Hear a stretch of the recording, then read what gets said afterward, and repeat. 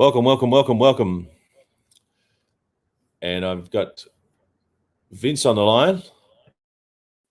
Hey, hey. Hey, Vince, can you hear me now? I just had to swap tech. I can. So thank you to everyone being patient. It was my fault this week.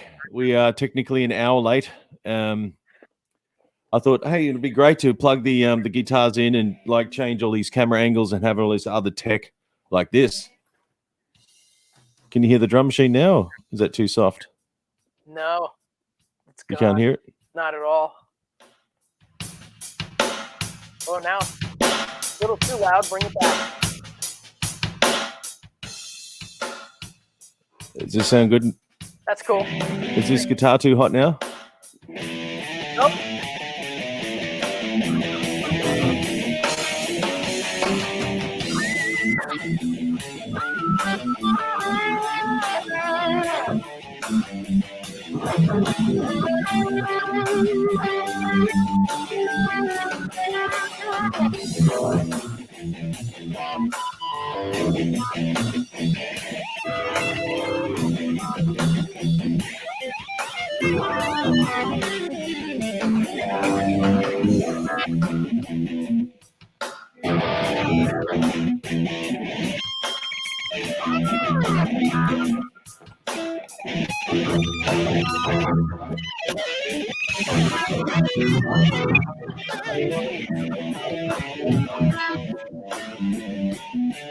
Anyway, so if anyone's actually hearing choppy compression, yeah, oh, thank you, Wendy. So anyway, so I guess we could talk about the issue. Can you hear me? If I lean forward, do I like disappear in the abyss?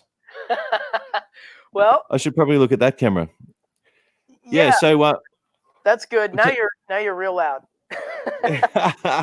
so maybe if you want to maybe talk about what do you use to try and get your guitar in audio streaming, what do you actually use? Because then I'll go through what I'm using.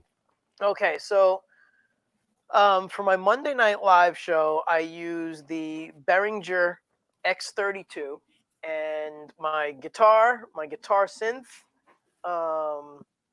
If I have a guest, hey Jenny, how's it going? And my drums, backing tracks, all go through the Behringer, and then I take the headphones out of the Behringer and go to the Roland Go mixer. Wow. Okay, cool. That's good. And then that way, the Go mixer gets to the Mevo camera. I use a camera called Mevo, MEVO. And MEVO. yeah, and you need the Mevo Boost to get great audio. And the boost, which we was trying to sort out today. Yeah. And the Boost allows you to go direct to Ethernet. And yeah, and it also allows the micro USB in from the Go mixer. Hey, Philip. All the way from New Zealand. Awesome. So that's how I do it. So basically, everything gets mixed within the X32, and then I send a submix of everything to the Roland Go mixer, and that goes directly to the camera, which then goes directly to Facebook and YouTube. And actually, I use a company called Restream, so I can put it anywhere I want. Wow. So I restream to my Facebook page, my YouTube page, and my website. So if people don't have Facebook, they can go to vincechinella.com, and then when I'm live, a video populates right underneath the main header of the website. Yeah, I like that. That's good. Yeah, and I think also cool. It's very involved. I have to admit, I didn't set up the website. I have a friend of mine who's super talented with that, and he's a great vocalist too. And do you get lots of traction with your website? Yeah, I do get people that go to the website, and then they'll send me an email through the site. So the site is active, and it's definitely getting traction. So that really helps. hey, Joe. So, yeah. So that, basically the more places you have to be, the better, because then you pick Right. people from wherever they're at, or, if they know you're going live at a certain time and they don't have any of Yeah. those things, they can go to your website and just view it there, and there's no sign up or account needed. Which happened this morning. So, well, technically it's lunchtime now in Australia, but so everyone that's watching had a massive issue. Never had this issue before. So when I made a link, who knew that it expired, right? So if you're running late, it just disappears into the abyss. I mean, it makes sense, but I thought you so that knew was my. No. well, I was putting more time on. I must have just expired it, and it's just like, so all those people that were tracking it for the whole week, sorry, we just missed it. So Yeah, they got totally sideswiped there. Yeah, I thought you knew that, and I'm sorry I didn't cue you in on that, because I did know that about StreamYard and the Facebook. I guess you're using the producer link, the Facebook producer app or whatever. Yes. Yeah. I'm still getting my head around that. So yeah, it's a new. It's in beta, I believe, and the issue with that is if you don't go on within your time frame, it just gets rid of it. That link goes. Yeah. Well, so I guess what I'm using, so you can see here. Sorry, I'm trying to reshare the link, and having this camera here can see exactly what's going on. So this is my studio computers, because I've got like a twin monitor set up that way, and so what's happening here is I'm usually use this one here for my live streaming audio show, and I've muted the mic so that we don't get this like really gnarly echo and distortion and reverb unit happening, with a circuit that goes from Australia back to New York and back again. That was fun. What I'm using, yes, that's out of control. But what I was using is I'm actually routing my audio, so I'm actually using a looping amp, and that just going into my RME Hammerfall. I've got like 16 in. This is a Fireface unit actually, and that goes into this Mac. And as Vince actually helped me out, what I didn't know is that I've got like 24 digital in, but that doesn't mean anything because it can only see two channels. Two channels. So let's clarify that StreamYard can only see the two channels, as well as Zoom and basically all of them. So if you have this elaborate, wonderful setup, it can only see channels of it. Exactly. So I figured out the hard way, and then while you were having the issue, I was like, I think I know what's up. Yeah. So thank you for that, because I was like, what the hell? How hard can this really be? So today you're listening to me with a better mic, so using my laptop, running down a single channel on my mixing desk. Oh, actually, my mixing desk is maybe just in shot that right there, and then on another channel, I'm actually put my guitar through the amp that's got the drum machine on it, so I can do some looping very shortly. But I'm shaping it. So those people listening, please let us know if we're clipping the compression. So I guess what I've learned is that I can't control. Well, then I'm still learning how to control, what Facebook likes. But technically, we're not going direct to Facebook. We are going through StreamYard, which does its, digital thing, and then goes to Facebook. So might have to sort that out. But that's where I'm at, and this was my fault, because I thought, it's Saturday morning. How hard can it be? Actually, very, very, very hard. So I'm glad you were online to help me sort it out. But does this sound all right? Yeah. Sound nice and mean. I'm trying to get two cameras going on there, but it's sort of funny how one's out of sync to the other.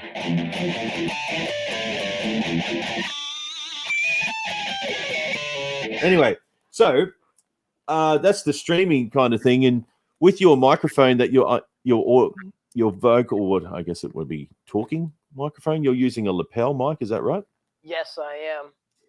So how is that patched in? How is that patched in? Is that through your Axe-FX 3? No, today I'm actually able to use the every week it's something different. So this week I was able to get the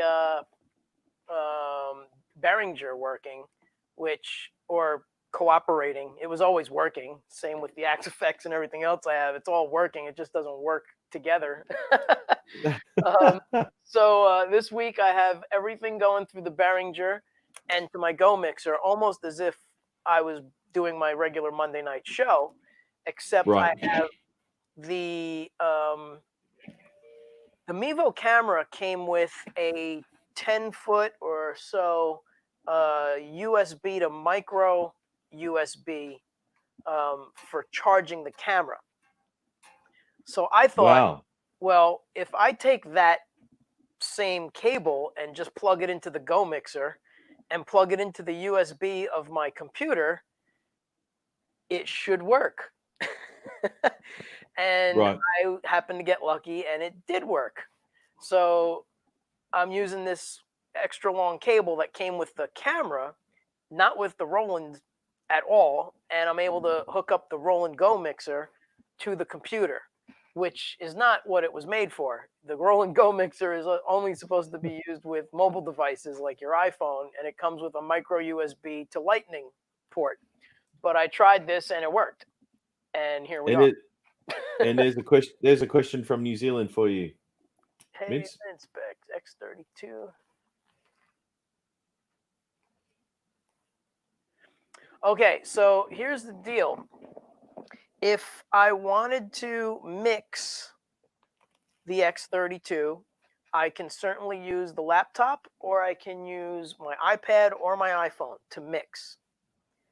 But audio, let's say from Logic, has to be hooked up via USB into the back of the Behringer. So therefore, it does not stream and does not have capabilities of me taking a mix from the Behringer out digitally. At least not yet. I haven't figured it out. Okay. So that's where we're at. So that's why I use the Go mixer. And before I had the X32, that's a fairly new piece of gear for me in my studio. Before I had that the X32, I had an actual analog Mackie 1604 VLZ, total analog board, no reverb, no effects, nothing. It was just faders and EQ and sub mixes, the old school stuff.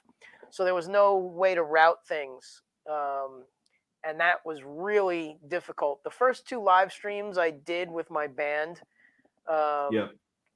which was the trio with 2 vocals and live drums, bass, and guitar. That was done with the Mackie VLZ. And man, it was tough. It wasn't an easy. You had to get all the levels right. Everything had to be right, and the room volume had to be right. The mix going out to the board. I mean, it took a couple hours just to get the mix straight before we went. And there was no recall button. So if I had a session in the middle of the week before they came back to play, everything got changed. So it was like, so after like doing that 2 or 3 times, I was done. And I investigated like the best inexpensive boards that were, digital and had ample routing situations and opportunities to get mixes in the room, opposed to a headphone mix, opposed to a mix for Facebook. And the Behringer won in the department of, price and flexibility for what I needed. And I'm glad you just said that about the mix at the end, because there's one thing that I struggled with this today. It's weird having a microphone behind your head, but anyway, I'm dealing with it. Is with all this digital streaming situation, like I can monitor like the sound that I want to go to the internet, but I don't know exactly how that sounds. Only you can tell me, on the other side of the world in New York. Right. So it's completely weird that you don't have full control of monitoring, isn't it? Yeah, and I think that is probably one of a few things. Probably because right now, um, maybe the way thinking of getting the XR18. Yeah, that also is a very cool piece. I was looking at that, and I don't know how you're micing things, but if you want to go back on my Facebook page and go back to the very first stream, which is probably like 2 years ago. So you're gonna have to shift through a bunch of videos, lots of videos, but it's the first one, so it's not that hard. You just keep going until it stops, and then you can hear you can hear what the drums sounded like live. And what we used for that is the Yamaha EAD 10, and the thing's amazing. The microphone's like the size of my fist. It sits on the drum, on the bass drum to be specific, and it mics the entire kit. Wow. And I'm turned on to all my drum tech from my drummer that I use in my trio and for the recordings, Mike Dawson. He is the Yeah. managing editor for Modern Drummer magazine. Wow, that's sensational. That's cool. Yeah, he's a great drummer and he knows his gear. So like anytime I have drum questions, He's the guy. he's the guy. And it's funny, that night we used his EAD 10. He's like, "Oh, don't worry about Mike, and I'm gonna bring this thing over." I'm like, okay. And then like the next day, I just bought one and had it shipped. And it's not too expensive considering what it does. Yeah, Yamaha EAD is awesome. Wendy, check this out. It's a great tool because you can actually plug this thing in, and it was made for drummers to be able to do what we're doing. So you Yeah, can right. you can basically hook it up to your iPhone and go direct out to YouTube or anywhere. So you could Wow, broadcast yourself as a drummer now using the EAD 10. that's sensational. Yeah, it's pretty slick, piece of gear. Wonder how they got the name out in the marketing department. It's almost like dead. Let's take the D off. The EAD. EAD. I'm sure it stands for something. I'm sure if we Google it, it's short for It whatever. probably right.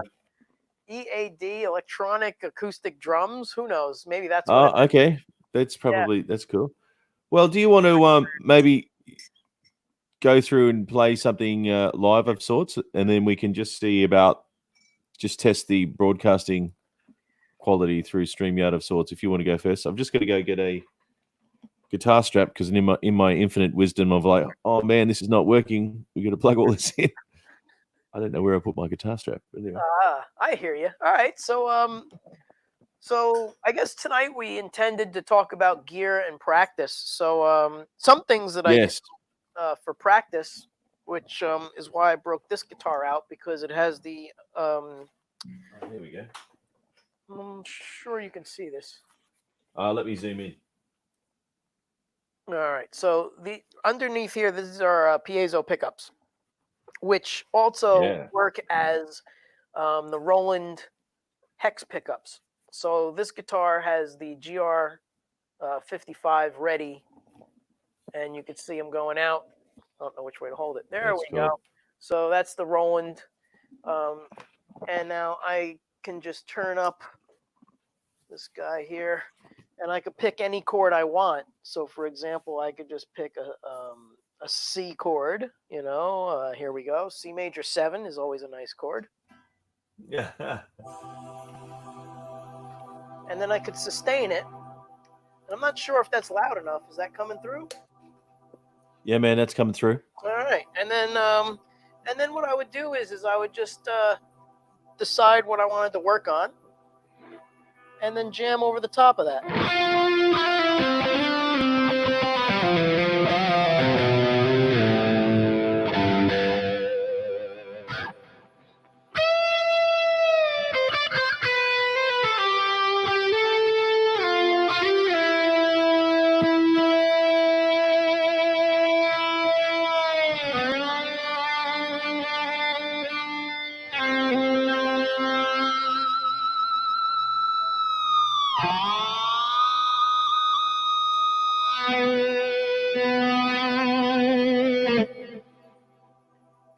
could change chords. So I could say, all right, well, let's take a D minor. We'll stick to the key of C so I can practice all my modes, let's say.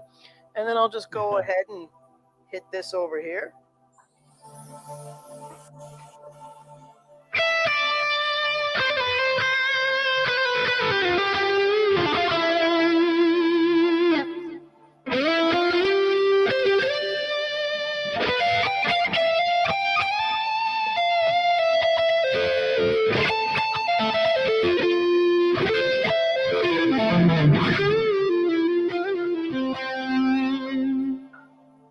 And then maybe jump to A minor or something like that.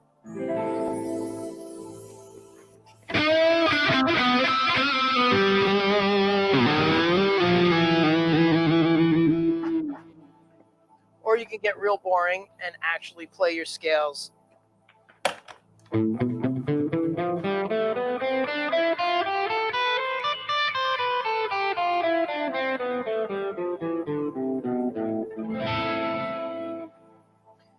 And it's good to have the synth or some kind of tonality behind you.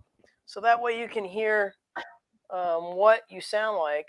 Let's see, there we go. Or what the scale is supposed to sound like while you're practicing, which I think is very helpful to have some sort of either, if you have a looper, to just do some kind of quick, easy loop of a chord or two, and then use that as your backing so you can hear the tonality of what you're practicing. So, yeah. So that's what I do with the guitar. That's a synth-ready guitar and my GR55. And then I just work on different things. You know, you can take really out there chords and try and find what sounds good and what doesn't sound good, or if you know what sounds good, then you can practice specific things. So it's good to have some kind of tonality. Good. Yeah, I like what you're saying there and using with this. Can you hear me all right? Is that all good? Yep, can hear you. I think it's only working on one. Oh, that's good. So I do have a couple of questions here. So Philip says, yeah, thanks, Vince, for you. And Dom says, Doug, are they Audio Technica Bluetooth headphones? No, these are non-authentic headphones that I was playing in Penang and in the Hard Rock Cafe. Actually, I was in the Hard Rock Cafe Asian All Stars because I look Asian clearly. But yeah, these I just found this some dude on the street. They're just knockoffs and they work cool. They're probably from the same factory. You can see that. Any other questions? Use your head. There we go. And yeah, Jenny, cool. Hey. Nice color of the Parker Fly. Awesome. Thank you. Hi, Vince from Georgia. Cool. Hey, Karen. Is that Georgia in States? Yeah, you need to clarify since we're worldwide. Because I know there's a Georgia in Europe. Yeah. Yes. Hey, Vince. Good start to Memorial Day weekend. Oh, hey, awesome. Angelo. Yeah, happy Memorial Day. You know, it's a little weird here in the States. Well, it's weird everywhere, but you know, considering it's you know, a holiday for veterans and stuff like that, you know, we can't celebrate those people. But, you know, usually on my Monday show, I'll do a little.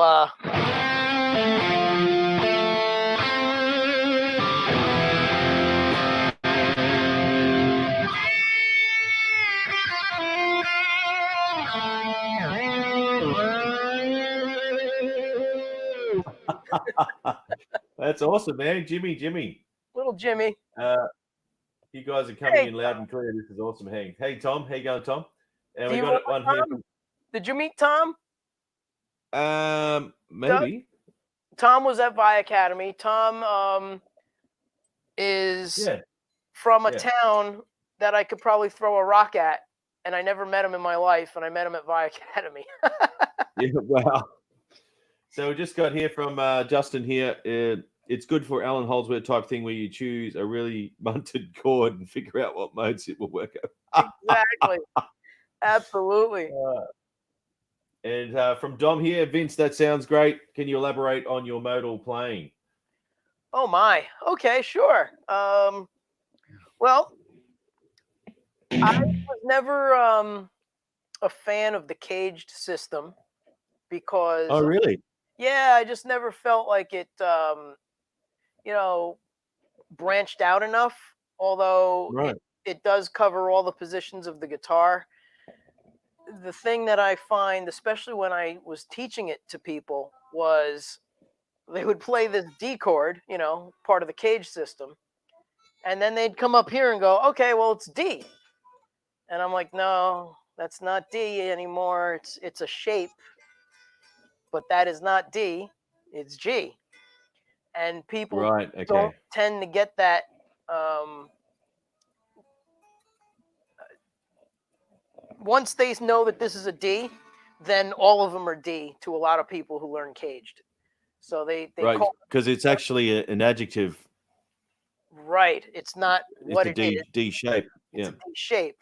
So you get people who tend to get more confused by that. So I started out doing that a little bit with some of my students, and then I was like, you know what, we're gonna go the way I learned because I did not learn from caged, and I never had that problem with distincting different chords or distinguishing what's what because I learned the chord and then when I moved it, I knew where the root was and I was like, all right, well, that's a G clearly because I learned my notes. Right. Right. Right.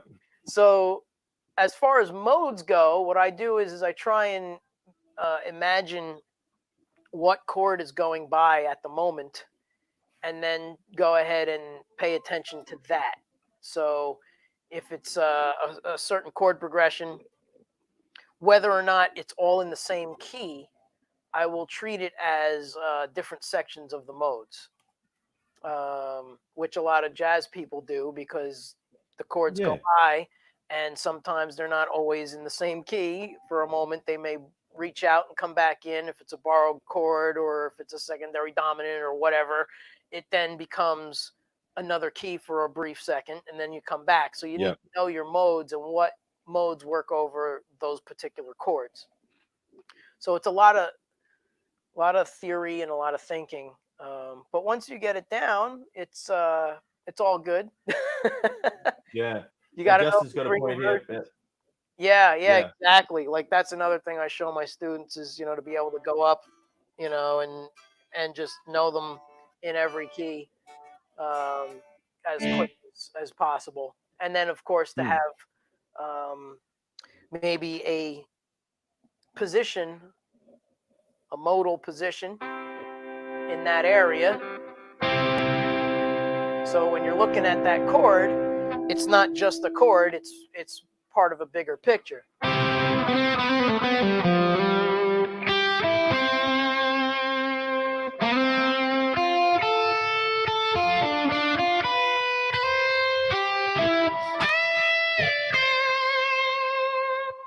So that was all based off of a C major triad, but I went through a bunch of triads actually.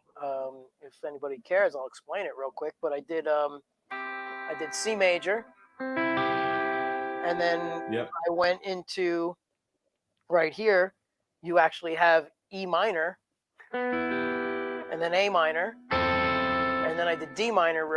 No, I did B diminished if I remember correctly. And then when I came back out, I hit I believe.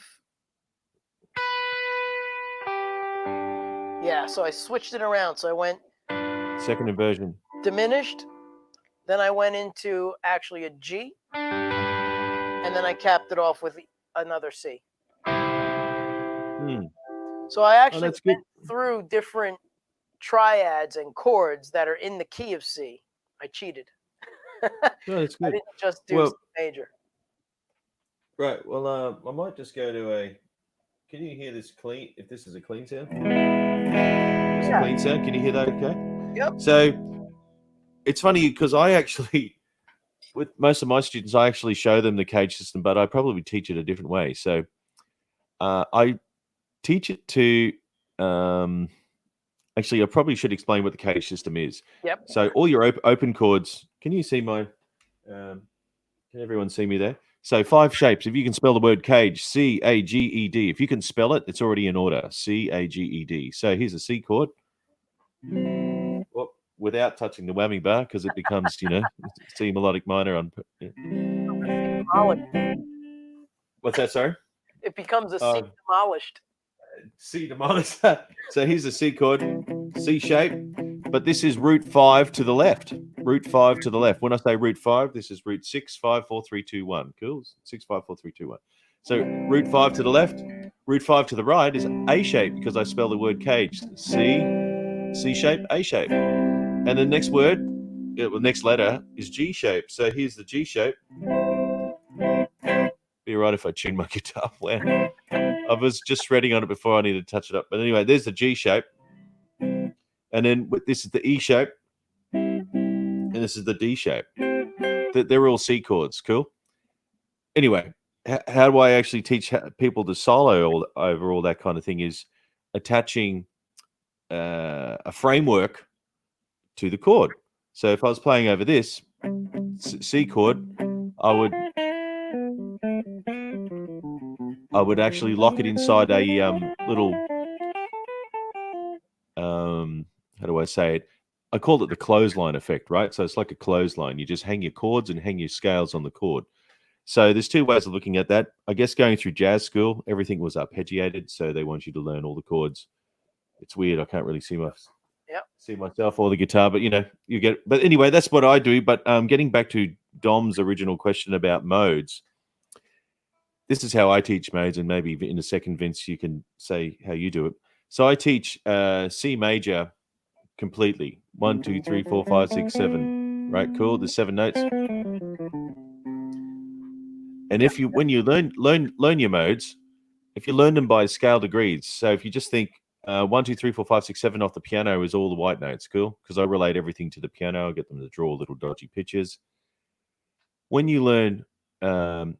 The next thing I would teach them is Lydian mode, which is the 4th mode. And why that is, I'll tell you why. Because sonically, it's related to, maybe I should look at this camera. Sonically, C major is related to F Lydian. Oh, sorry, C Lydian, which has the raised sharp 4. Anyway, this sounds really technical if you don't know what I'm talking about, modes and Lydians, but I nest all the major flavors. So when you're playing in a major color, you have a Lydian, Ionian, and maybe pushing it Mixolydian flavor. And then when you play minor sounds, you have Aeolian, Dorian, and Phrygian. This is just my take on it. So getting back to the major scale, so Vince's original scale, modes. If you want to learn your modes off by heart on everywhere on the fretboard, minor sounds. Whoops, I got an echo here. Yeah, that was me. Sorry. That's all right. So learn C major, 2, 3, 4, 5, 6, 7. Now, if I want to play Dorian has a flat 3, you have a natural 6, and a flat 7. So if I go 1, 2, flat 3, 4, 5, 6, flat 7, that's my Dorian. But I base it off my major, so I never get lost. Cool. Basically, what you're doing is you're teaching everything from C with all the altered degrees. So if you teach someone Dorian, you say, well, now it has a flat 2, flat 7, a flat 3 rather, and flat 7. So that way they start understanding what's altered in the scale.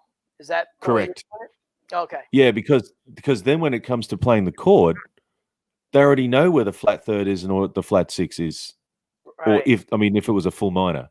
So when it comes to playing Lydian, so if there's just they can hear it and they see the kinesthetic. So I'm really big on like the psychology of playing guitar. It's a feeling, type. So when I do my blasting thing, you can disconnect from worrying about which scale you're in, if that makes sense.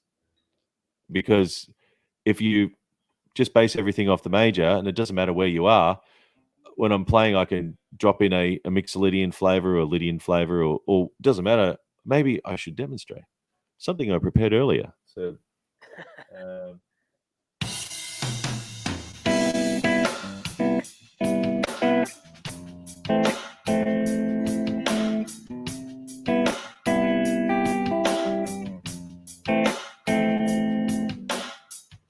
can you hear that all right? Is that all right? Oh yeah. So here's C major.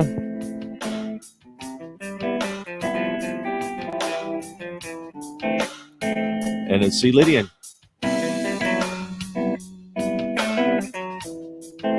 C major.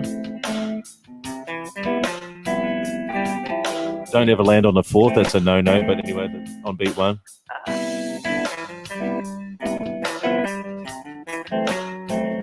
Well, oh, that's over F.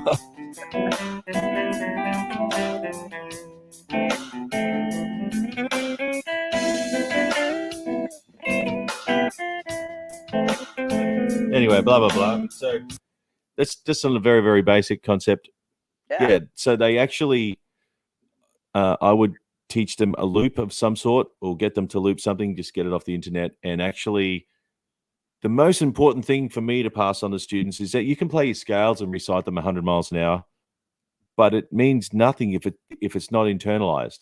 So it's internalized when you can just hear it and you go, oh, there's the shift. There's a feeling that's shifted. That's where it's at for me. I'm not sure. What about yourself, Vince? Well, what you were doing there, which I definitely enjoyed, the C major 7. The F major 7, yeah. Hold on. Sorry, I'm not going anywhere, man. It's all good. It took me 2 hours to get here. So. Yeah, that's funny. I had the reverse delay on for some reason, which I'm glad I figured that out now instead of on Monday, because I would have went to my clean sound for the funk tune and had a totally different sound, and it would have messed everything up. All right, so now we're back to normal. So you were going between the C major 7 to the F major 7. Yeah. And then I think one important thing to add to that is the reason why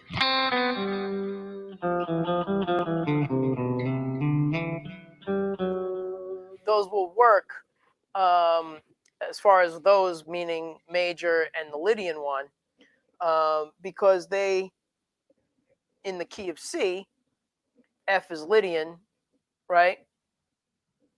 So you've already got those notes built in, which on the 1 and the 4 of the scale, that's automatic, and that's good to know, to pass on to students too, is that, the 1 and the 4, you can use the major or the Lydian, but when you go to 5, you need to go to Mixolydian.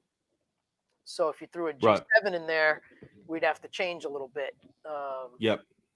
But yeah, I also do that way of teaching as well, because I think it's important to know, one, like you said, the intervals and how they are different compared to each, if you kept them all based off of C, in other words. And then that way you really hear the tonalities.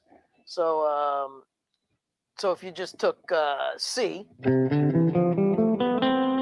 and then you, just for kicks, we changed it to C Locrian. Yeah, wow. So now it's like really drastic, opposed to showing it all in one key, because in one key, they all sound good no matter what you do. Right. And I would say that too, because like my students would say, but I don't know how to play C Locrian. And this is where how I teach, if you understand major, you can already play it, because if you know what the altered scales are, so Locrian has a flat 2, a flat 3, a 4, a flat 5, a flat 6, and a flat 7. You've got it down. So here's C. Can you hear the guitar, right? Oh, yeah. C, flat 2, flat 3, 4, flat 5, flat 6, flat 7. So they can already, how do I say this? So you're playing it from, you can work out what the scale is from what it's not. That sounds really deep, but no, I had a professor in college who actually said, you got to know the major scale because it's the mother of all scales. And if you Right. know the major scale inside and out and how to alter it, then you'll know everything else. So, yeah. So we got to hear. Give us a Lydian flat 7 lick. Lydian flat 7. What's that? Melodic minor. That's altered dominant, right? Believe so, yeah. So, let me Well, I think think I about actually that. did that. It's an old comment. I actually did that by accident. Yeah. Whoops.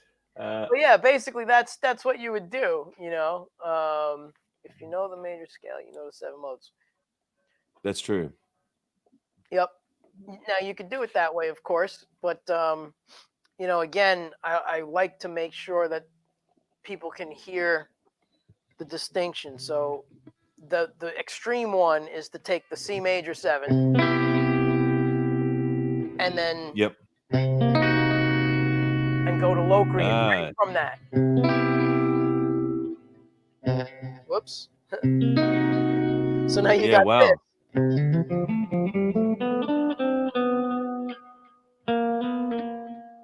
Whoops. Yeah, wow.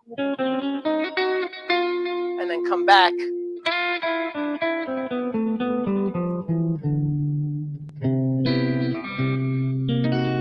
So it's like, wow, that's extreme. And then when you show it off of everything based off of C, then you can really hear it. And then you do the correct way where you have C major, then D Dorian, and you go all the way through each position of one key. That's really good. And I actually make my students tell me, it's really weird having 2 cameras. Hey? Yes. I don't know which one to look at yet. Yeah. I actually make my students tell me before they play it, what are the scales degree? So if they can rattle off, Dorian 1, 2, flat 3, 4, 5, 6, flat 7, cool. Okay, so then when we're playing, and if they accidentally make a mistake, they'll say, okay, cool. When I say mistake, I mean that's actually contextual. There's no such thing because being a guitar, if it's 1 fret out, you just knock it on the back, right? Just you're always one note away from being. That's right. 1 note away from being right. That's right. So just hit it in. Just don't do it with the hammer. But or use a. Sorry. That was an old Les Paul trick. Yes. Oh, here we go. We got one from Phil, who's in New Zealand. Hey lads, just had a look at the Yamaha EAD 10. What a slick piece of gear. Thanks for the info, Vince. Cheers, Doug, for putting these shows on. Very helpful. You're welcome. Today, thanks, Phil, in New Zealand. So Australia, New Zealand, and New York. Hey, if you buy one, let them know where you found it. Yeah, right. Tell them cool. Tell them I sent you. Yeah, right. Awesome. They'll go, Vince. Vince. The Parker Fly guy. So here we got one more here. For guitarists, it highlights easily by chugging away on the low E string. Then make them play a riff in C major or other. It brings up different flavors of the modes. Yes, I totally agree. Yep. Yeah. And also too, there's I guess you've studied jazz of sorts before, I'm sure. A bit. Yeah. So there's also this other concept of, shut up and play, and you're just being totally connected. And if you're totally connected, and it's called the flow state, it's a thing. If you Google it, it's all over the net. And a lot of people actually get in a flow state by doing things. They stop being conscious and they become completely present. And musicians get to do this a lot, jumping around, especially if you're practicing guitar stunts off your bed onto the floor. Just stay away from the windows. That's a true story. Very important. Not the window part, but practicing stunts on your bed is very important. Oh, excellent. Cool. I'm glad I'm not the only one. So that's good. But this whole flow state, I mean, boxers do it, being in a state of flow. They're not thinking about, like, if I do this, this is going to happen. So my point of saying about flow state is that you need to practice in getting into it. And the more you practice it, the easier you're going to get into this. So getting back to Justin's point here, play some music and then play something and maybe record it and then watch it back and go, okay, cool. And then analyze it. What am I doing there? What did I do? When did I stop being conscious? And that way you can actually see what's coming out that, from inside. Anyway, this is my process. So I, get in the flow state, do my thing, and go, oh, what the hell is that? So then reverse engineer it, and then go, oh, okay, that's why it's come out, because I've been listening to this. I might not consciously learn Alan Holdsworth note for note. I might not do that. However, all those tonalities, what was that album we had? Something Steel Iron. I can't remember. It'll come back to me in a second. But yeah, you wind up incorporating. It comes out, and it's because it's in your ear, right? And a lot of people don't understand that until they finally do it. Which, after a while from playing, there's a point where you actually hear what you're doing. Like you actually hear it, which a lot of people don't understand what that means. And what I mean by that is, like, while you're playing, you're actually completely immersed in it. So now you're really hearing what you're doing, and there's nothing else that's going to get in the way or distract. And then when something does distract, you tend to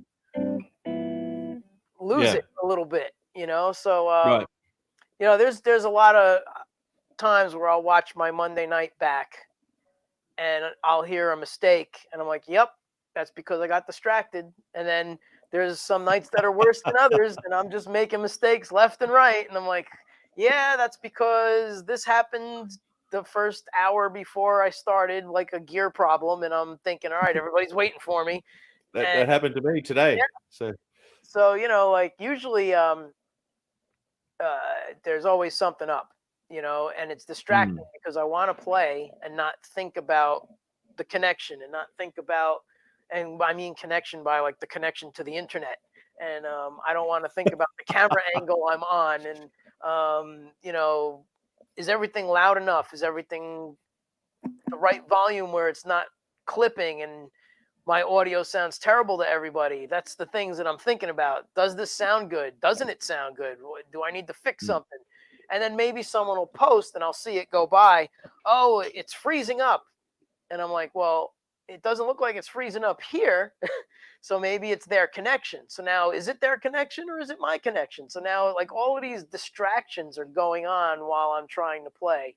And it gets to be just a total head trip where you're just like, all right, I just got to play and ignore everything else right now. And if the first 15, 20 minutes sounded bad, then it did. And that's all, I can't help it because I'm a one man show. Wendy helps out a lot, but she can't do the technical stuff because it's just too hard. I there's so many different moving parts to this, as you saw tonight.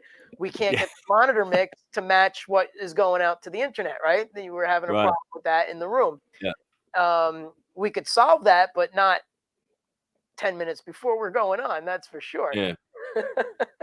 Sorry, I was actually in bed for a little bit longer than I should have, but rock and roll. Well, and that's the other thing that's hard too, especially with us, is we got a 14-hour difference. So, 9 o'clock for me. I'm in the future. You're in the future on Saturday morning. You're just having your coffee, and I'm having my third coffee. Well, Justin just said here, I love these moments where everything clicks and all of a sudden you actually understand what you just did. Oh, that's good. So I might just go first. I might just play for like 90 seconds and try and demonstrate flow state, and then you can do it if that's cool. I will do my best. You're amazing, man. You have nothing to prove. Thank you.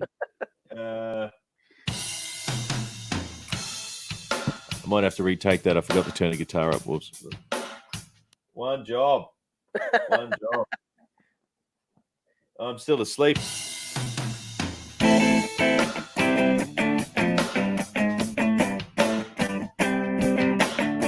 Oh, man. I'm going to change guitars.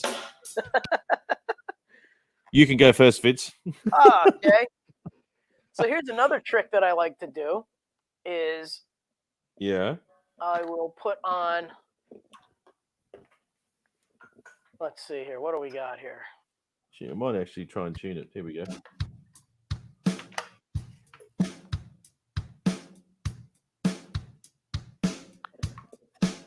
So that's basically just GarageBand. And then what I'll do is I'll just sustain a chord over GarageBand. All right. So check this out. So I'll just take my Roland guitar synth. Yeah, it would help if I turned it on. And I'll have that go with some time from the GarageBand.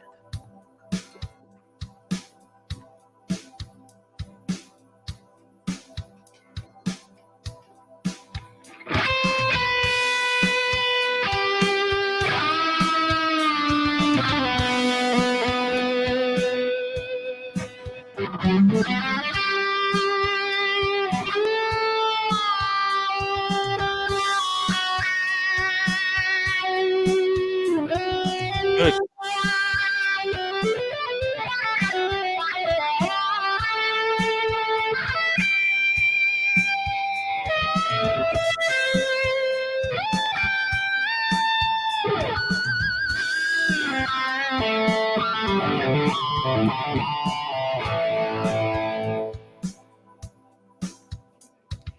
And just something like that.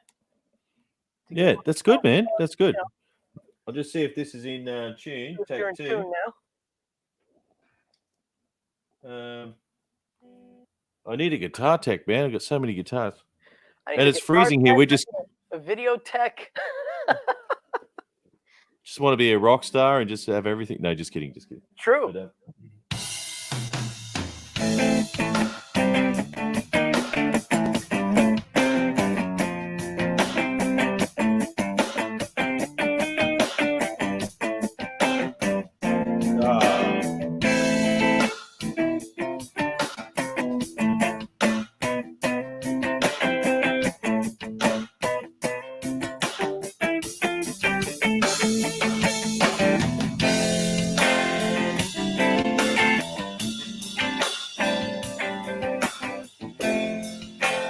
just looping it.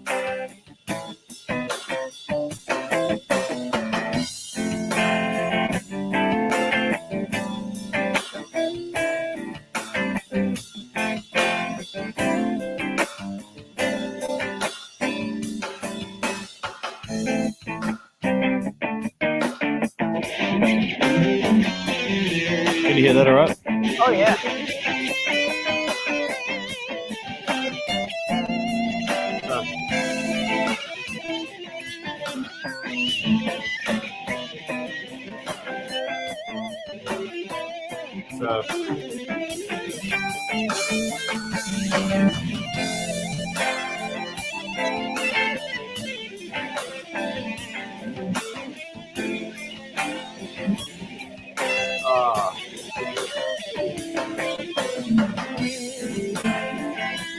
Tension.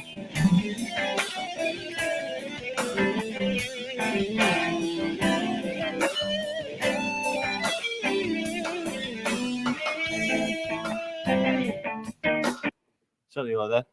I Nice. think I have to try and get the helix in. But next week, another technical issue. But so what I just did there is consciously think tension. And is it loud enough in the mix? Because I mean, I can always turn myself up, but just checking how it sounds on your side. It is, but what the compression?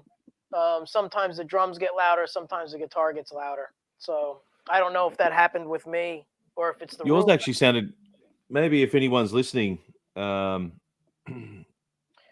might have been your room mic, maybe. I don't know. Oh, right, it's flanging because it's picking up two things at once. Yeah, so I might do it again, and I'll take this off. Anyone out there is listening, please let us know what the mix is like. yeah, let us know if how it's sounding out there. Not that we can really do too much about it right now, but for yeah, just so we know. You threw in a tasty lick there. Thanks, man. I'll just turn the room mic off. Sorry, new tech. Yeah. So now I'm off. Just remind me if I start talking, you can't hear me. So. All right. Yeah, you're off.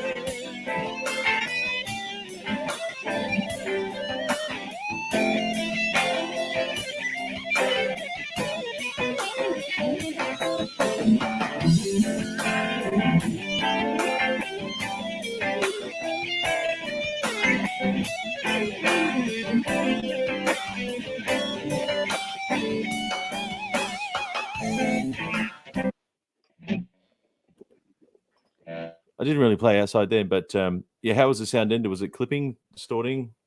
It wasn't. It was better, but you still had some volume issues there. Yeah, it was some cool licks you were throwing down there, man. Yeah, I like all the outside stuff, but anyway, so I guess getting in the flow state there, it takes a while to. And obviously, we're demonstrating this, straight off the bat within like 8 bars, but it actually probably takes a little bit longer. Oh yeah. But to actually, the art of performance is actually turning it on cue, right? On cue. So I guess what I'm talking about here is not so much practicing your guitar and having your licks and being conscious, hey, I'm going to do that. Because right now I'm completely improvising. Right. Taking high risks. Is it going to land? I don't know. We'll give it a go. Otherwise, we'll just knock it in if I'm one out on the end of it, so. But I don't know. So Vince, maybe do you want to demonstrate playing? Yeah, maybe over. I don't know if you've got the pads there, or maybe you can loop something, or just play over the pads is pretty cool. I like what you're doing there. Yeah. And creating tension. Like, how do you create tension? All right. So actually, let me do this. Thanks, Dom. Let's see. Do I need to switch guitars? Let's see what we got here. Well, you've only got about 45 there, so why not? Sure. Just so the other ones don't feel left out, right? All right. So I could do it without switching. So check this out. So one thing you can do, which is really Thanks, cool, Justin. is just take a single note. Let's do like an E, just to make it simple. Just a single note, one E. So we got the E going. Hopefully that's loud enough. And then over the top, to create tension, you can take and start off with an E major scale, because that would sound the safest. And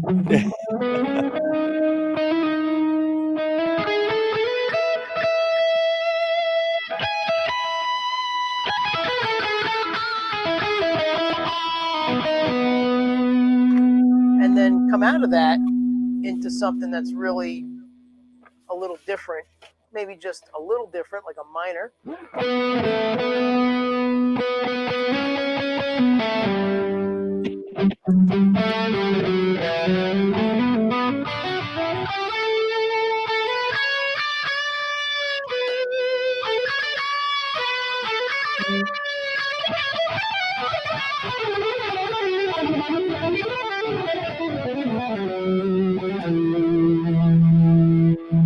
And then get a little darker and go with like low green.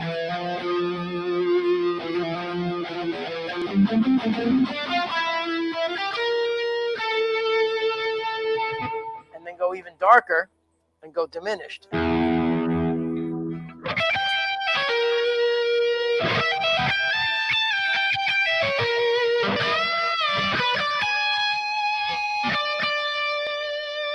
It's a little dominant seventh. And then go back to maybe, or go even further out, go augmented. Go whole tone. Whoops, sorry, that's not whole tone.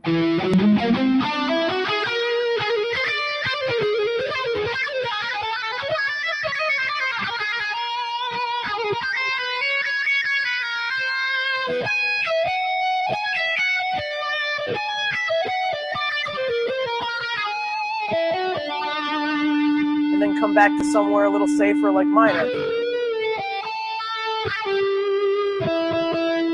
Or bring it right full circle back to major.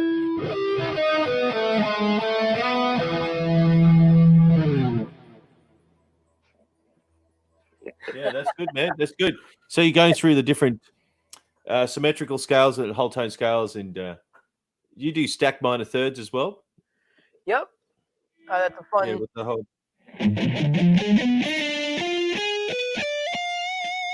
All that kind of gear. Oh yeah. Oh, wake up.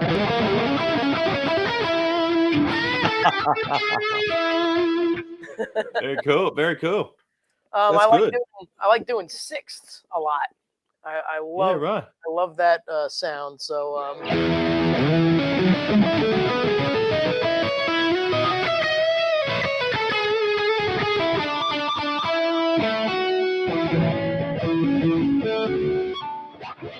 That's cool.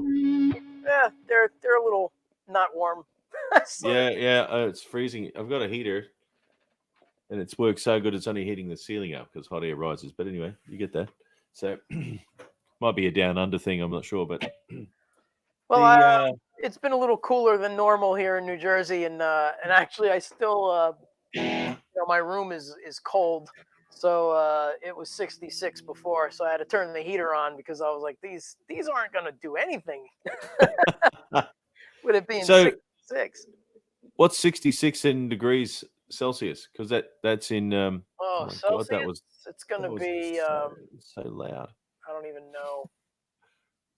You don't know what that is? I No, have I no idea. don't. But 70, 72 in that's like 24 degrees, I think it is. Okay, Maybe someone else online might know. yeah, Um, we'll put someone to the test. yeah, Yeah, love the stack fifths fifths. are Yeah. awesome. Can you? Is my like when I play with the drums, etc. Is it nice and loud, or is it still too soft? Oh no, I think it's good. Yeah, Yep. just clear that. Take two. Let's see if I.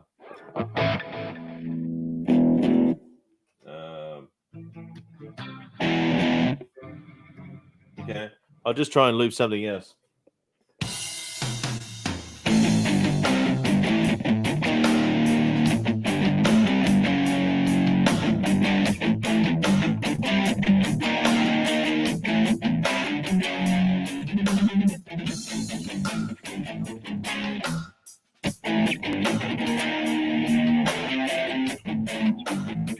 Got to remember what I played.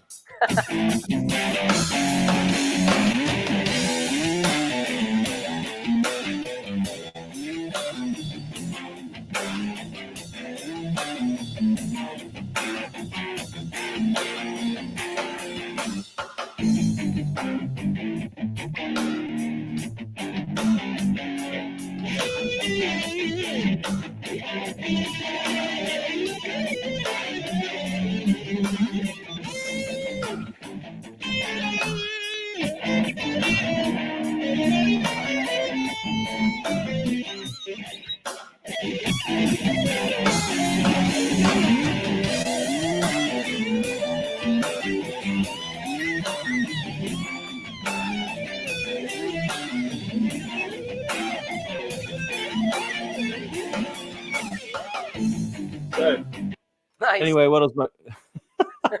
How did that? Is the quality of the audio okay or It gets a little clipped, depending okay? on like if you do like a squeal, it crushes the drums, and then if the drum does a fill and you're quieter, it's a Warps little it out. Okay, up and down. I just back off the bottom end on this. So still.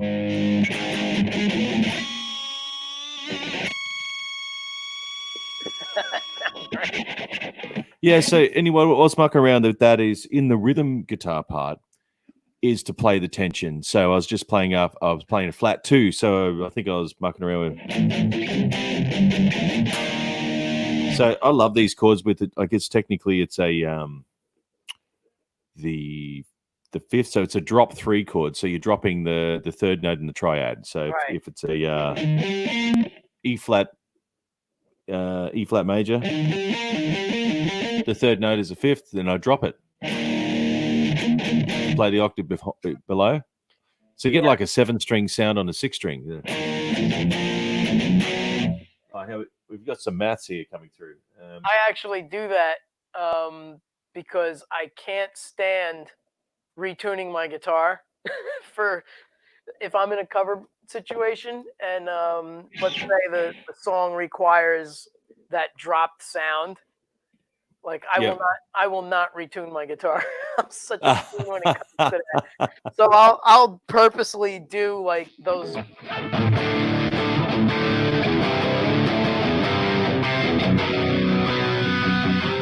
You know, just to whatever song it might be. I can't think of anything right now.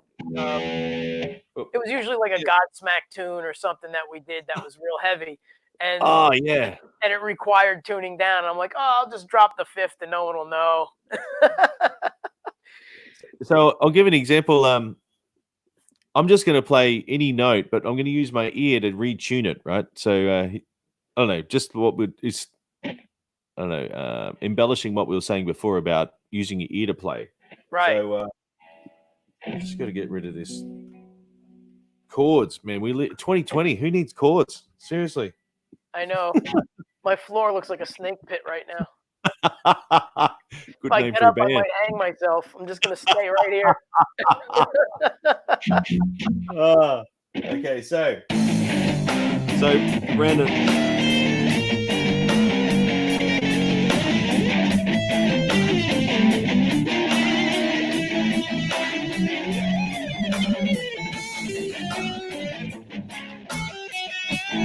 Dorian.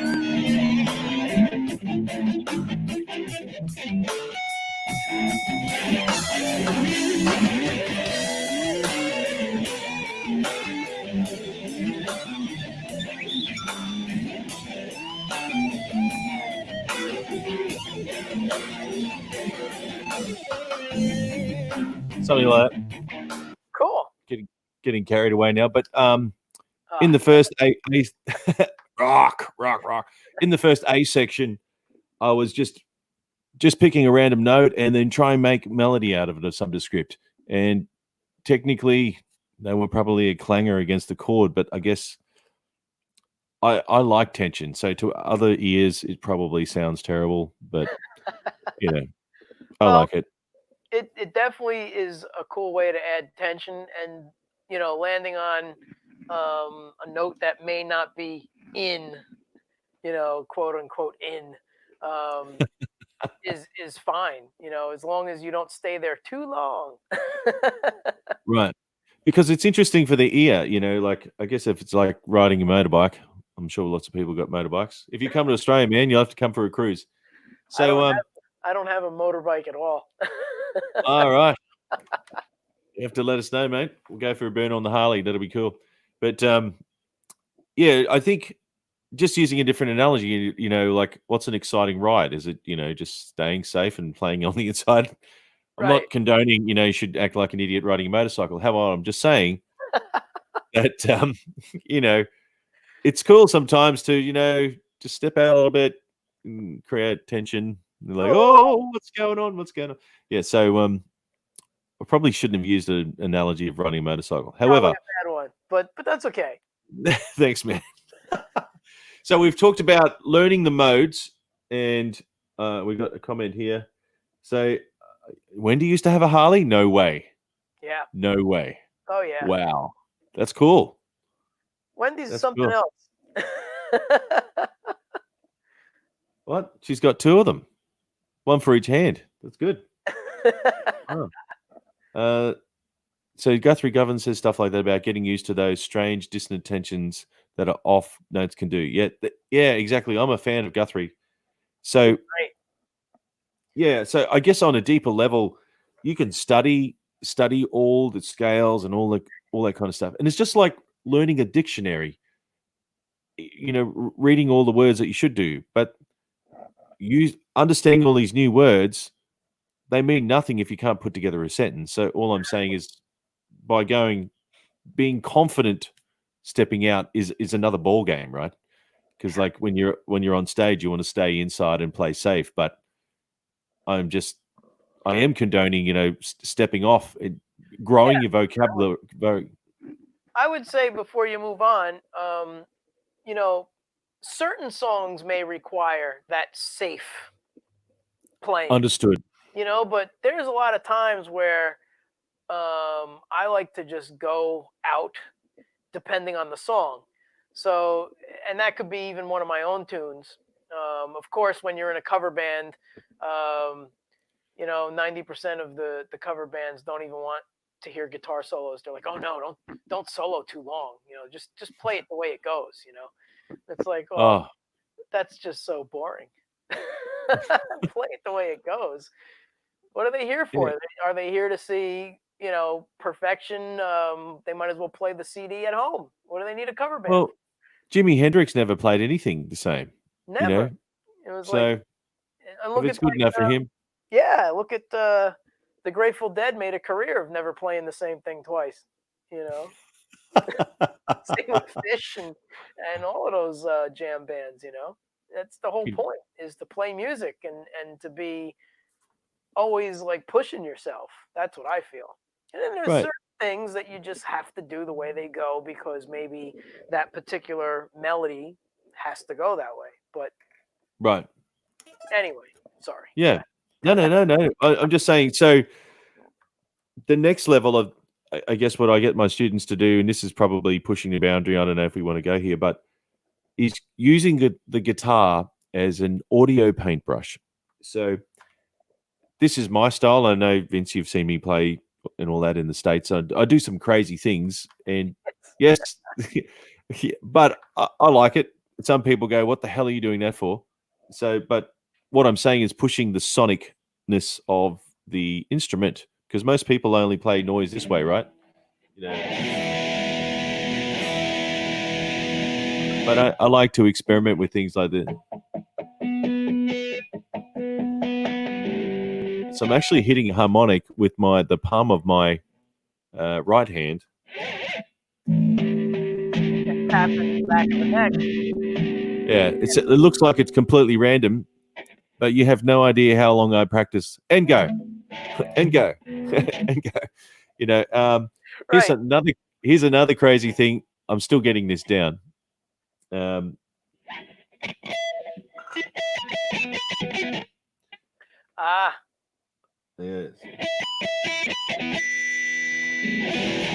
So if I put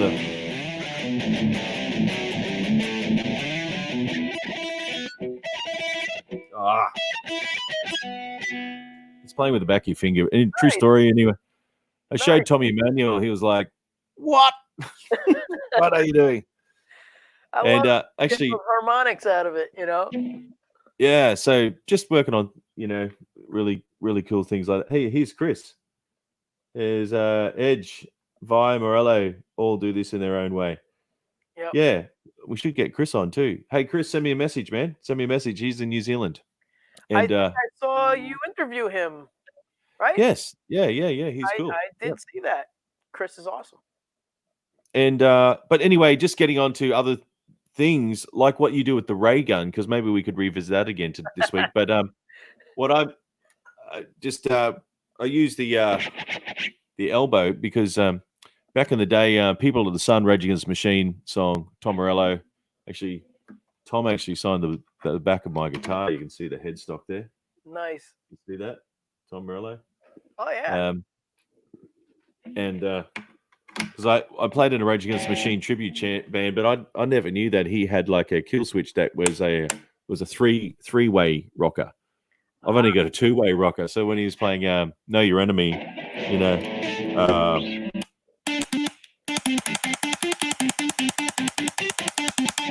but I have to do it twice as fast. I had to develop this like strange technique.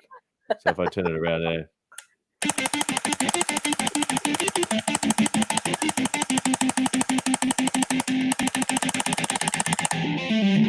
And anyway, so I like to put all these things in. So if I play my track.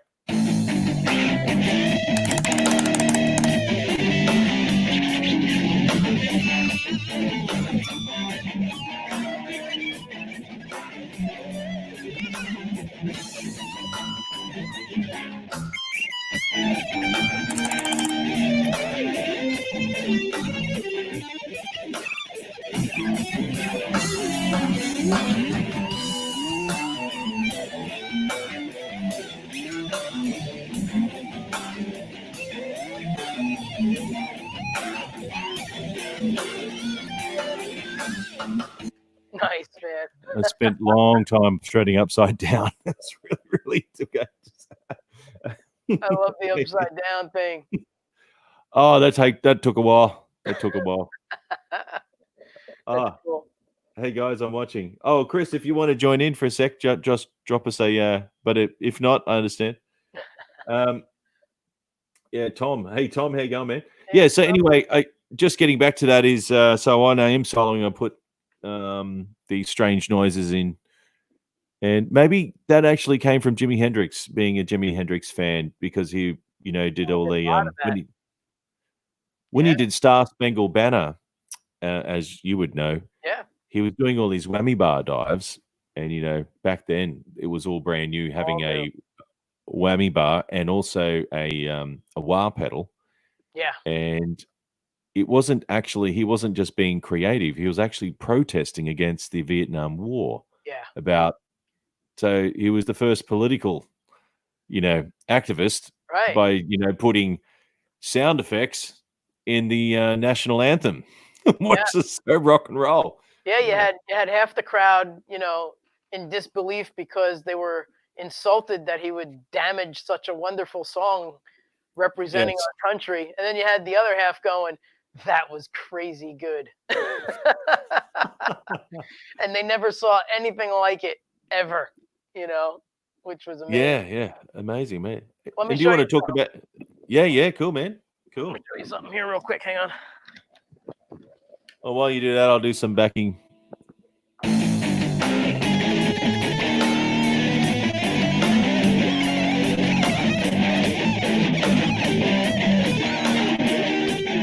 I'm working on this.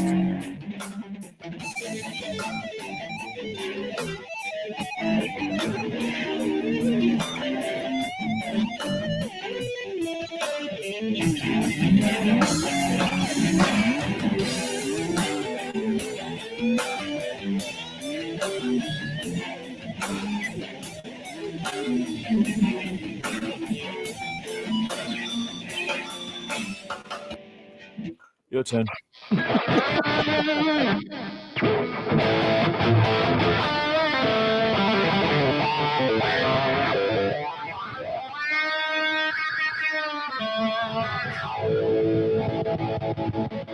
Yeah. Hey, I'll zoom in. I'll zoom you in.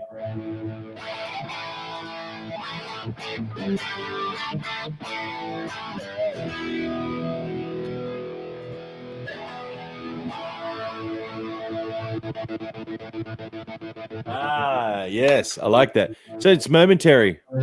It's a momentary, yep. I had that put in on this guitar. It's a fun thing. Next time. Yeah, next time, Chris. But Justin was just saying, I like that Buckethead puts on his Buckethead button. Yeah, it's an arcade machine button. Yes. Yeah, he just smashes it. So, I think we talked about it in one of our other episodes, but what happened was, being a big Randy Rhoads fan. I can tell from behind you on the Flying V. No. I got a Flying V. Randy was my first guitar hero, and I got this Kramer, which I think I showed you on one of the shows, and it doesn't have 2 volumes. So unlike my Les Paul copy at the time, I had my Court, which I showed you that. The Court had the exact layout of a regular Les Paul, so I would shut one knob off and do the toggle trick that Randy Rhoads did. Yep. Then when I got the Kramer, the Strat style, I couldn't do that anymore. So, one day I was in the garage playing, and my grandfather, that was his workshop. And I said, I really wish I can get this sound, and I did it on the other guitar, but I don't have a volume knob. And he was like, oh, well, let's go to Radio Shack and get a momentary switch. And awesome. He drilled the guitar, the pick guard, put it in, wired it up, and off I was. I was like, wow, now I can do it, I was like, awesome. Right, so here.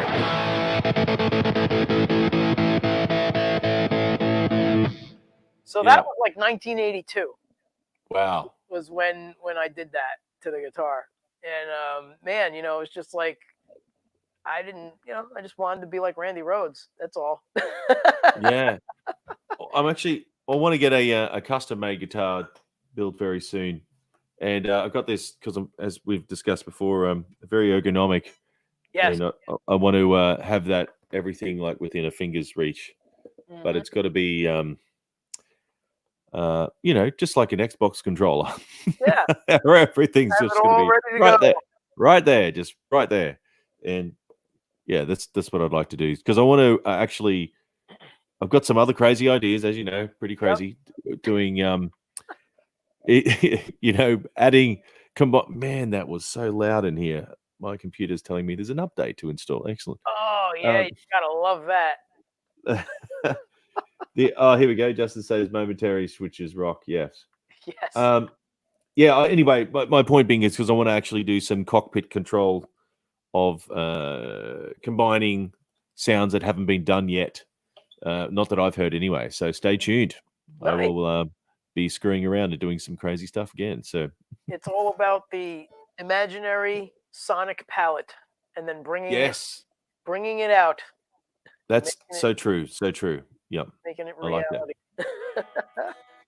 Well, if anyone else has got more questions, please ask. Yeah. Because we've and sorry we started an hour late today. When And I say we, I mean Yeah. I mean me, because I was solving technical issues like you would not believe. I did a few new rain dances. Like, what the hell's this? Anyway, That's awesome. so Yeah, that's me. Always in some kind of technical blunder. And maybe do you want to check out your ray gun again? Oh yeah, that's always Talking fun. about. So we got the gun. This was another thing back in whatever year it was, probably 82 again. Billy Idol came out with Rebel Yell, and they performed on New Year's Eve, I believe it was, live on whatchamacallit. Anyway, I saw him pull the gun out, and I was like, that's awesome. So I had to go to the toy store and find this gun, and I had them all out on the shelf, trying them all out to hear which one. And this one has the pitch control. And what I didn't know at the time was he actually took a regular ray gun that didn't have the pitch control, and Steve goes in and takes the gun apart, and finds the capacitor that controls the tone, and put his own knob on it so he could change the tone. So when you hear him doing it, it was this gun, but it didn't have the pitch control.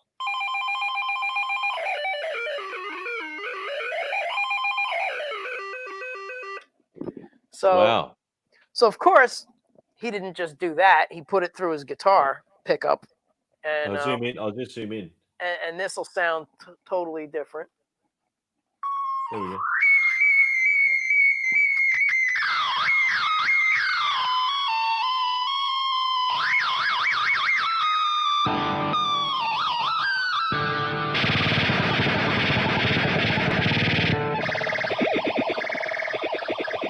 You just have to pull back a little bit so we can see pull the guitar back. There we go. There we go.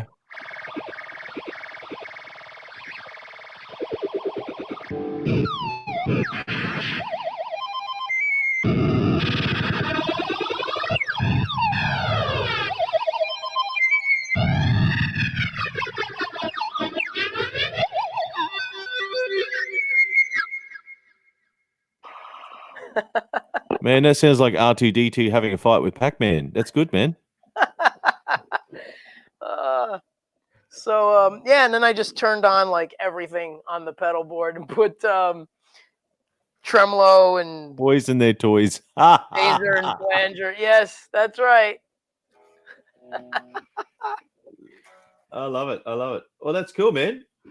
Well, if anyone else has got some more questions, otherwise we can probably do a more intense. I might prepare next week some diagrams digitally so I can actually I don't even know how to get them on the screen. So yeah, for practice stuff or or Yeah, just practice stuff. Because today we covered like looping with a pad and or looping with just some chords of sorts. I really like the pad idea because then there's no rhythm, right? but there's a lot to be said for with actually practicing with rhythm as well, right? So when you're doing a lick, turning it around and making sure it resolves on beat one, yeah, that's a practice. Yeah, I Yeah. find that with most, you know, most beginner, even some intermediate, they have a hard time just totally staying on the metronome or on the drum beat. Take care, Chris. um, so playing freely and just getting the scale under your fingers is really important. And I find it better to do that sort of thing without time. So, in other words, before they get into actually trying to play rhythmically, just learn the scale well enough that they can get through it. And having that drone in the background to hear the different changes in the scale when you flatten the third or alter it some way, it tends to be a little easier than trying to stay on with the drum machine or the metronome and do that sort of practice. So. Mm. And I got a question from Dom here. Vince, can you talk about playing melody like the singing voice, or your take on it? Well, I must say one of the best compliments I ever got was after playing a full set of instrumental music at a trade show. Someone walked up to me, complete stranger, don't know who they are or were, and they said, "Thank you for singing to us today." And I said, "Wow, all right." He got it, like all, my lines and stuff. He said everything I did, he was able to hum, and certain things were actually stuck in his head. He's like, "I'm gonna like hum this all day long." He's like, "This," Awesome. and I said, "Wow, thanks." That to me is more of a compliment than when people come up to me and say, "Oh man, you shred," and it's like, "Thanks," that's cool too. Mm. I'll take it, but it there's a little more work, I think, for me to be melodic than it is to be shreddy, even though it's probably Oh, equal amount of thanks. work, to be honest. You know, Yes. Yeah. I think it's an equal amount of work to really be melodic and shreddy and to do them both well. Right. So, Yep. Yeah, I agree. I agree. That's why I just shred. No, just kidding. Just kidding. But it says Justin says here, yeah, a soft pad synth sound with nothing else but tonality in it works really well for your ear. I agree. yeah. But getting back to Dom's Yeah. question about So, the singing voice, I would. I'm really big on. I would call it a. What would I call it? Maybe cluster, a cluster of notes, so an ergonomic group. So when you um, on the piano, it's called a position, right? So hmm. position. There's my pretend piano. Oh, it works on that one. There we go. Actually, so actually, can you see? I've moved my piano. Where is my piano? Yeah. Oh, here you go. Can you see it? There's my piano. Oh, there it is. See, ergonomic. See, it's like just push it away, pull it out, ergonomic. So, with this here, this would be a let's call it cluster. I can't remember what I usually call it, but those 5 notes, it's between 1 and 5, and then the chromaticism. So with singing, we would actually sing between 1 and 5, da da da da da da da da, cool, up to the 5. So with the guitar, you need to practice. This is what I tell my students about singing: is you need to do it both this way, horizontally and vertically, then diagonally, because that's the one no one ever practices. So anyway, that's just my take on it. Well, for example, I played WMD on here last week. So if anybody from last week remembers that song, when it starts out, This is your song. Yeah, this is cool. yeah, one of my tunes, why am I in this? What the heck happened? I don't know, but it sounds good. Give me a second here. Ah, there it is. Wonderful. Okay, so so the top of the song, starts off with the big riff, but that's more shreddy. But when it gets going, it's got this.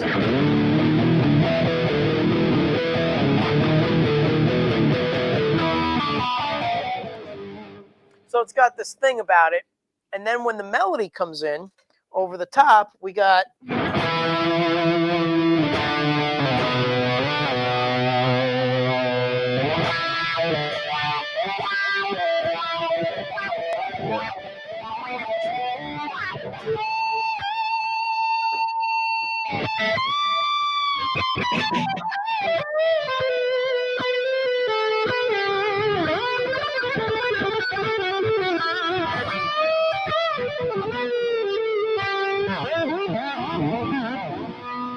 Yeah.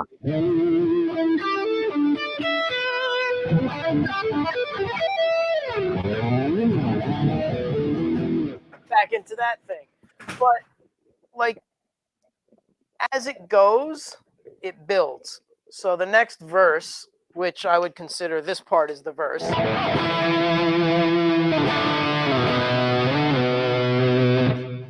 It just gets more and more frantic. And I always think of when I write instrumentals is can somebody sing it? Because it's hard enough to be an instrumental guitar player. And if people can't walk away with, like that guy said, thank you for singing to me. And, and he said, I think it was another tune, but whatever song, it doesn't matter. The point is he was able to sing whatever melody got stuck in his head, whether it was this song or another. And to me, that's the importance of writing music is you want people to remember your stuff. That's exactly right. Yeah. And it creates a feeling within someone. So now, even though this song is a completely angry song, because it was written about the Trade Center. Wendy actually will be sitting here during my Monday night shows, and she'll be like singing along. And then sometimes we'll be driving in the car, and she just randomly starts singing one of my tunes, and I'm like, that sounds familiar. Oh wait, that's my song. I'm like, but I can't wait for her to sing this one. This is really gonna mess with her, and she does kind of sing it already, but like to really do it like the way it goes.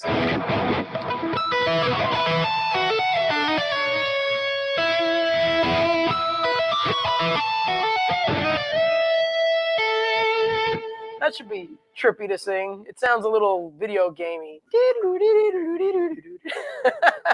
Sounds like my modem. Yeah, that's good, man. But so basically when I write stuff, I really try and think lyrically and if someone can sing it. So that's kind of my focal point.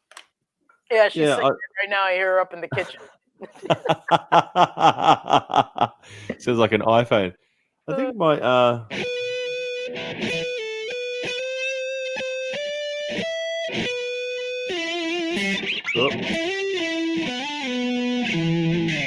yeah, that's the that's the melody off one of my tracks.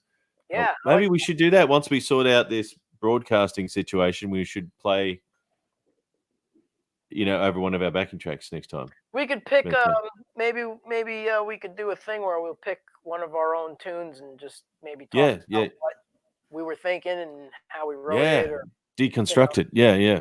And play C Demolished all over it. That's good. I love it. All right then. Well, please, everyone who's listening, this is weird. I don't know which way to look at the microphones here. So please like and subscribe. Like and subscribe down there somewhere. And hey, Tom. And thank you, everyone that's watching. Sorry I was an hour late today because I was sorting out a technical nightmare. It took ages. Yeah. Yes, it was difficult. We should probably try and figure out a day where we can experiment instead of yes. We will do an R&D time. R&D, research and development. Because even though we started an hour before, it turned out to be 2 hours of mucking around trying to get this worked out, and it's a headache. I mean, it's not easy. So Oh no, it's not. And actually, every time I turn around, I headbutt the microphone here. So completely normal. I have to wear a helmet next time I'm doing a Uh-oh. broadcast. Doug's safety features for live broadcasting. That's what we'll do. What Oh, safety that's awesome. precautions do you need to take while broadcasting live streaming? Wear a 5-point harness. Yes.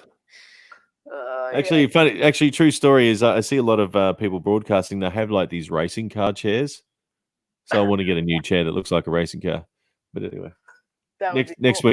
week, and we have Muck. Yeah. Okay. Cool. Thanks, Jenny. Oh, you're More too- funk. So, all right then. Well, if hey Sabrina, I'm not sure if she's just tuned in or not, but just want to say thanks again for your time, man. But stay on the line, and I will wrap it up, and then we'll do it again next week. Sounds good. I won't move. Thanks everybody on my side and on your side for hanging here with us. Yes. See you next time. See you soon.